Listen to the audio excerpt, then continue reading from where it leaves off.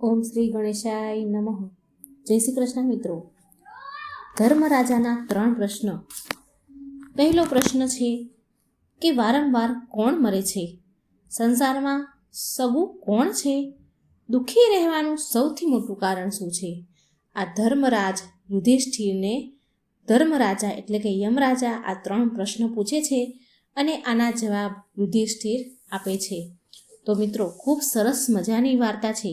આપણા જીવનને લગતી વાર્તા છે. જીવનમાં ઉપયોગી જ્ઞાન જે જોઈએ એ આ વાર્તાની અંદર છે. તો મિત્રો, આ વાર્તા તમે પૂરી ધ્યાનથી સાંભળજો અને સારી લાગે તો લાઈક અને શેર પણ જરૂર કરજો.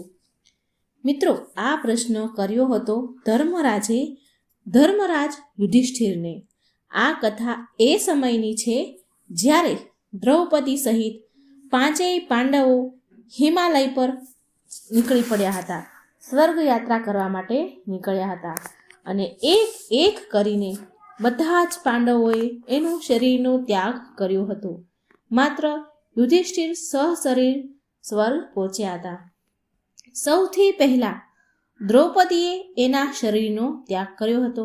કહેવાય છે કે જ્યારે 5 પાંડવો આગળ પાછળ ચાલી રહ્યા હતા, ચાલતા જઈ રહ્યા હતા, તેમાં દ્રૌપદી જમીન પર પડી ગયા, મૂર્છિત થઈને પડી ગયા. દ્રૌપદી પાછળ હતા અને બધા પાંડવો આગળ ચાલી રહ્યા હતા.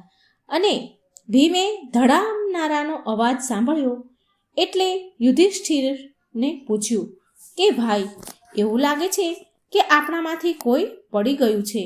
યુધિષ્ઠિર બોલ્યા, જરીક ઊભા રહો, હું જોઉં છું કે કોણ પડ્યું. જોયું તો ખબર પડી કે તેમની પ્રાણપ્રિય પત્ની દ્રૌપદી પડી ગઈ છે. ધર્મરાજે કહ્યું કે ભીમ, પડવાવાળાને પડવા દો. આપણે દ્રૌપદીનો સાથ આટલો જ હતો, આપણે એમને સાથ છોડવો જ પડશે. આપણો સંબંધ એની સાથે અહીંયા સુધીનો જ હતો. પાછું વાળીને હવે જોશો નહીં. આ દુનિયામાં કોઈનું સગું નથી. આ ધર્મ માર્ગ પર મનુષ્યને એકલા જ ચાલવું પડે છે. ભીમે પૂછ્યું, ભાઈ, દ્રૌપદી તો આપણી છે, આપણી પત્ની છે. દ્રૌપદીની ખુશી માટે કયું કામ નથી આપણે લોકોએ કર્યું? લાખો લોકો સાથે યુદ્ધ આપણે એના માટે કર્યું હતું. તો પછી એની પીડા તમે કેવી રીતે ભૂલી શકો? તમને પીડા કેમ નથી થતી? એટલે ધર્મરાજ યુધિષ્ઠિર બોલ્યા કે ભીમ, મનુષ્યનો અંત તેના બધા જ ગુનાઓની યાદ અપાવે છે. દ્રૌપદીએ સદાય આપણા 5માં ભેદભાવ કર્યો છે. દ્રૌપદી ક્યારેય એના 5 પતિ સાથે સમાન પ્રેમ નથી કરતી. તે આપણા 5માં સૌથી વધારે પ્રેમ અર્જુનને કરતી હતી. માટે આ પાપના કારણે તેનું પતન થયું છે. દ્રૌપદીને ત્યાં જ મૂકીને પાંડવો આગળ વધ્યા. બીજી વાર ફરી કોઈના પડવાનો અવાજ આવ્યો. થોડા આગળ ચાલ્યા એટલે હવે આ વખતે સહદેવ પડ્યા હતા. ભીમે પૂછ્યું, ભાઈ યુધિષ્ઠિર, આપણો અનુજ સહદેવ જમીન પર મૂર્છિત થઈને પડ્યા છે. ઊભા રહો, તેને સહારો આપીને ઊભા કરું છું હું સહદેવને.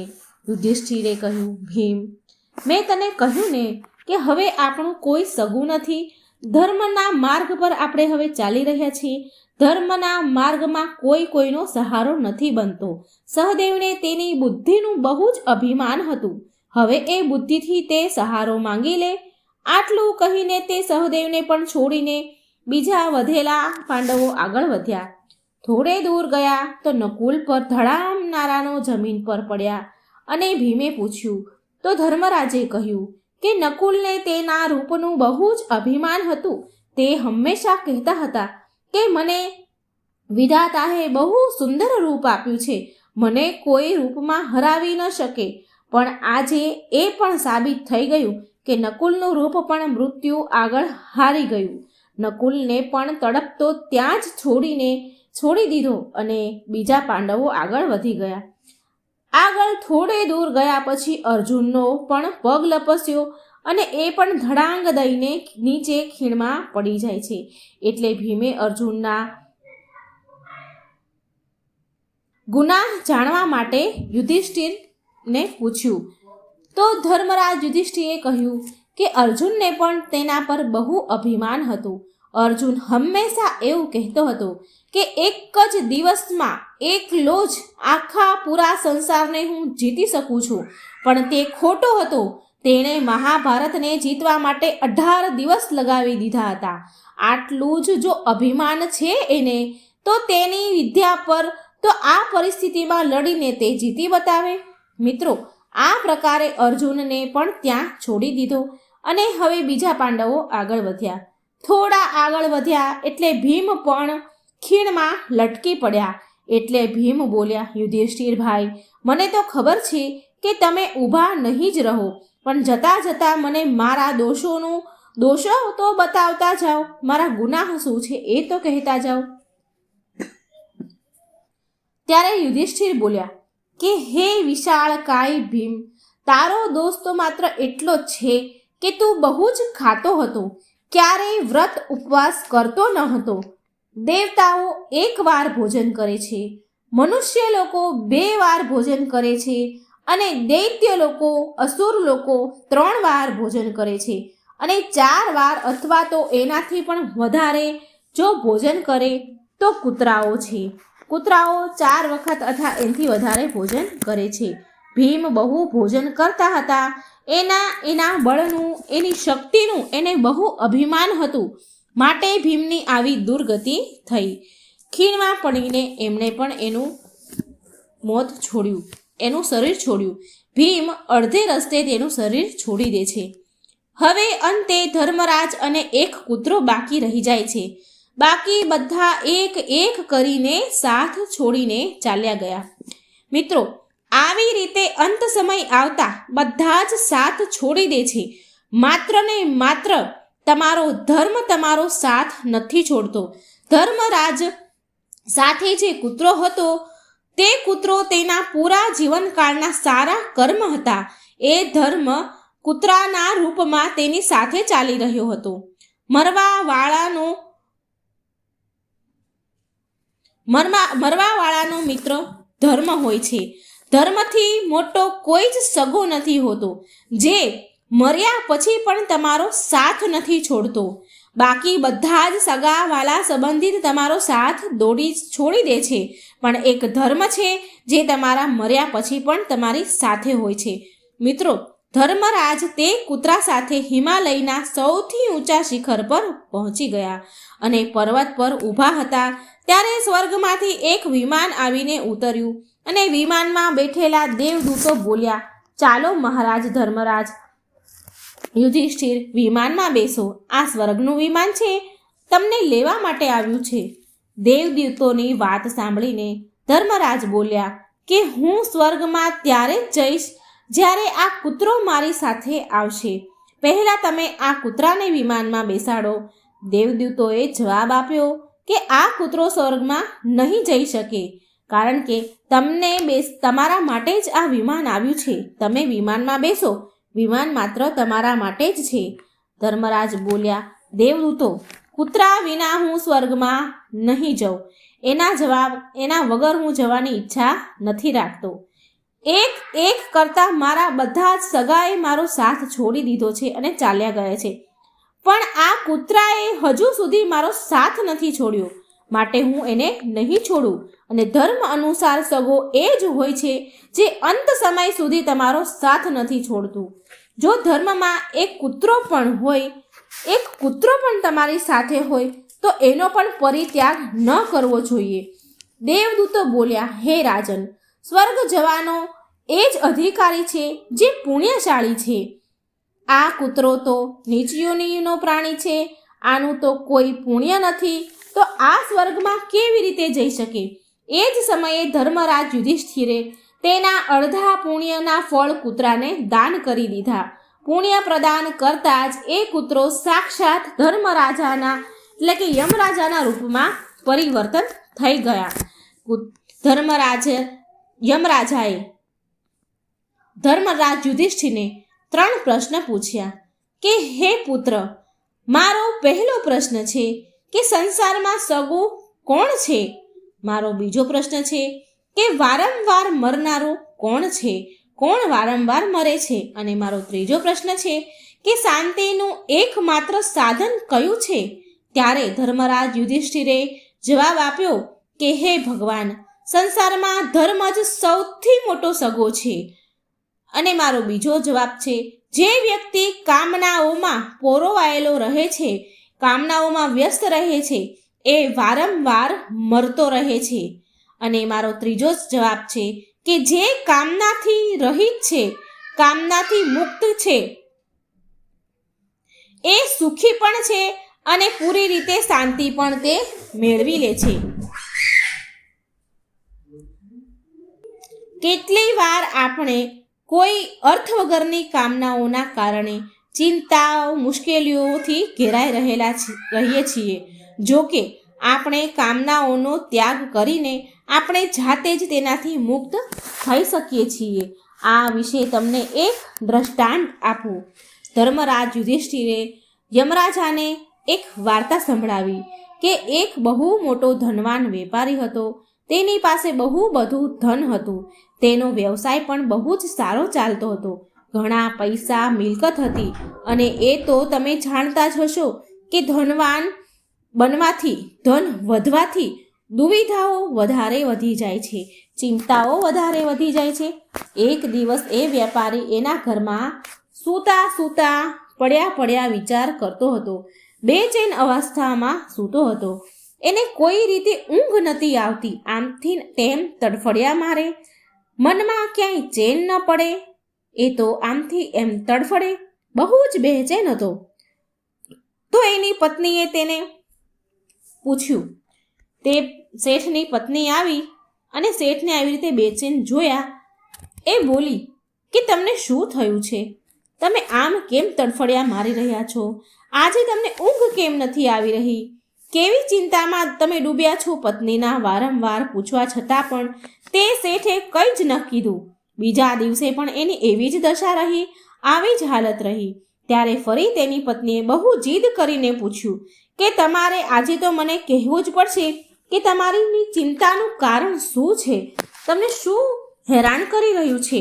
તો શેઠ બોલ્યા કે પ્રિયે, તું મને એ ન પૂછ કે હું કઈ ચિંતામાં છું. જો તું સાંભળીશ ને તો તારી દશા પણ, તારી હાલત પણ મારા જેવી થશે. પરંતુ પત્નીએ જીદ કરીને પૂછી જ લીધું કે તમારે મને કહેવું જ પડશે કે શું કારણ છે. પત્નીની જીદ કરવા પર શેઠે કહ્યું કે એક દિવસ મારા મનમાં એવો પ્રશ્ન ઊભો થયો હતો કે મારું બધું જ કામકાજ, મારો કારોબાર, વ્યવસાય, ધંધો બંધ થઈ જશે તો પછી આપણી કેવી હાલત થશે? અને ત્યારે મેં હિસાબ કર્યો. જે પણ આપણી પાસે ધન, સંપત્તિ, મિલકત છે એનો હિસાબ કર્યો અને જોયું કે જો આપણો આજથી જ વ્યાપાર, ધંધો આજથી જ બંધ થઈ જાય તો આપણી પાસે એટલું ધન છે કે આપણી 9 પેઢી સુધી, આપણી 9 પેઢી આરામથી ખાઈ શકશે. પરંતુ ત્યાર પછી આપણી પાસે કંઈ નહીં રહે. મને એ વાતની ચિંતા છે કે 9 પેઢી પછી જે આપણા બાળકો હશે તેનું શું થશે? તે શું ખાશે? કેવી રીતે જીવશે? કેવી રીતે કામ ચાલશે? આ વિચાર કરું છું, માટે હું બહુ દુઃખી છું. મને ચિંતા થાય છે. વ્યાપારીની પત્ની આવી વાત સાંભળીને એનું માથું કૂટવા લાગી. પત્ની બહુ બુદ્ધિમાન હતી, હોશિયાર હતી. બોલી ઠીક છે, પણ તમે અત્યારે ચિંતા ન કરો. કાલે આપણે એક સંત પાસે જઈશું અને આ સમસ્યાનું સમાધાન પૂછી લઈશું. આજે તો સૂઈ જાઓ તમે. મિત્રો, એ પત્નીએ તેને કોઈ પણ રીતે શેઠને સુવડાવી દીધા. બીજા દિવસે જ્યારે એક ગાડીમાં તે સંતને મળવા માટે જતા હતા ત્યારે ગાડીમાં બેસતા પહેલા તેની પત્નીએ સંત મહાત્મા માટે થોડું અન્ન, થોડા ફળ અને પ્રસાદ મૂક્યો. આ જોઈને શેઠે પૂછ્યું કે આ બધું તે કેમ લીધું છે? અરે આ બધું તો મેં કાલના હિસાબમાં ગણ્યું જ ન હતું. પત્ની બોલી કંઈ વાંધો નહીં, આપણે ક્યાં રોજ લઈ જવાનું છે? ક્યાં રોજ સંત પાસે આપવા જવાનું છે? માત્ર આજની તો વાત છે, છોડી દો ને. પત્નીની વાત વેપારીએ માની અને પછી બંને ગયા સંત પાસે. સંતના આશ્રમમાં પહોંચ્યા. વેપારીની પત્નીએ જે પણ સામાન ભેટ ભેટમાં સંત માટે લાવ્યા હતા એ બધો સામાન સંતને આપવા જાય છે. તો સંત તેના શિષ્યને રોકે છે. એ સામાન એના શિષ્યો લેતા હતા તો સંત એને રોકે છે કે જાઓ, ઊભા રહો, પહેલાં જાઓ અને અંદર જઈને ઘરમાં જઈને ગુરુમાને પૂછીને આવો કે હજી અંદર રસોઈ ઘરમાં કેટલું અન્ન છે, કેટલો સામાન છે. તો શિષ્ય અંદર ગુરુમા પાસે ગયા રસોઈ ઘરમાં અને પૂછીને આવ્યા અને કહ્યું, તે બોલ્યા, શિષ્ય બોલ્યા કે ગુરુમાએ કહ્યું છે કે આજ રાત સુધીનું જમવાનું છે, આજ રાતે જે જમવાનું બને એટલું અન્ન છે, પણ કાલ સવાર માટેનું સામાન નથી. ત્યારે સંત બોલ્યા કે તે શેઠ અને શેઠની પત્નીને કહે છે કે હું તમારી આ ભેટ, આ અન્ન હું સ્વીકાર નહીં કરું, કેમ કે આની મારે જરૂર નથી. અત્યારે અમારી પાસે ખાવાનું પૂરતું ભોજન ને સામાન છે. એટલે શેઠની પત્ની બોલી કે કંઈ વાંધો નહીં, તમે કાલ માટે લઈ લો. તો સંત બોલ્યા કે તમે કાલની ચિંતા ન કરો, કાલની ચિંતા મારો ઠાકોરજી કરશે. હા, જો આજ માટે સામાન ન હોત, અન્ન ન હોત ભોજન બનાવવા માટે, તો હું તમારો આ સામાન, તમારી આ ભેટ જરૂર સ્વીકારી લેત, પણ મારા આજ માટેનો સામાન મારી પાસે છે. મિત્રો, પછી શેઠ અને તેની પત્ની, એ શેઠે એની પત્નીને કહ્યું, ચાલો હવે આપણે ઘરે જઈએ. એટલે શેઠની પત્ની બોલી, હજી તો તમારા પ્રશ્નોનો ઉત્તર, તમારી મૂંઝવણનું સમાધાન તો હજી તમે સંતને પૂછ્યું જ નથી, અને કેમ ચાલીએ? તો એ શેઠ બોલ્યા કે હવે મારે એ જવાબની જરૂર નથી, મને એનું સમાધાન મળી ગયું છે. જો સંતને તો કાલની પણ ચિંતા નથી અને મને તો 9 પેઢી પછીની ચિંતા થાય છે. આજ મારી મૂર્ખતા છે. સંતને તો કાલના દિવસના સામાનની ચિંતા નથી, તો હું આગળની 9 પેઢીની ચિંતા શું કામ કરું? એ કરશે ચિંતા ભગવાન ઠાકોરજી ચિંતા કરશે. જે લોકોને પ્રભુ પર વિશ્વાસ નથી હોતો એનો આવો જ હાલત હોય છે. શેઠને એના પ્રશ્નનો જવાબ મળી ગયો, એની ચિંતા દૂર થઈ ગઈ. મિત્રો, જે દિવસ આપણું મન કામનાથી મુક્ત થઈ જશે તે દિવસ આપણને પૂરી રીતે શાંતિ મળી જશે. તે દિવસેથી જ આપણા જીવનમાં દુઃખો મટી જશે, ચિંતાઓ મટી જશે. ધર્મરાજ યુધિષ્ઠિર તો જવાબ સાંભળીને ધર્મરાજાથી બહુ ખુશ થયા. યમરાજાને ખૂબ આનંદ આવ્યો ધર્મરાજાના જવાબથી, યુધિષ્ઠિરના જવાબથી, અને વિમાનમાં બેસીને સ્વર્ગમાં ચાલ્યા ગયા. તો મિત્રો, આ વાર્તામાં તમને પણ ઘણું બધું સમજવા, શીખવા મળ્યું હશે. જે તમારી ચિંતા હશે એ પણ તમને થોડી દૂર થઈ હશે. તો મિત્રો, જો મારી વાર્તા સારી લાગે તો લાઈક કરજો, શેર કરજો અને મારી ચેનલને સબસ્ક્રાઈબ જરૂર કરજો. જય શ્રી કૃષ્ણ. રાધે રાધે.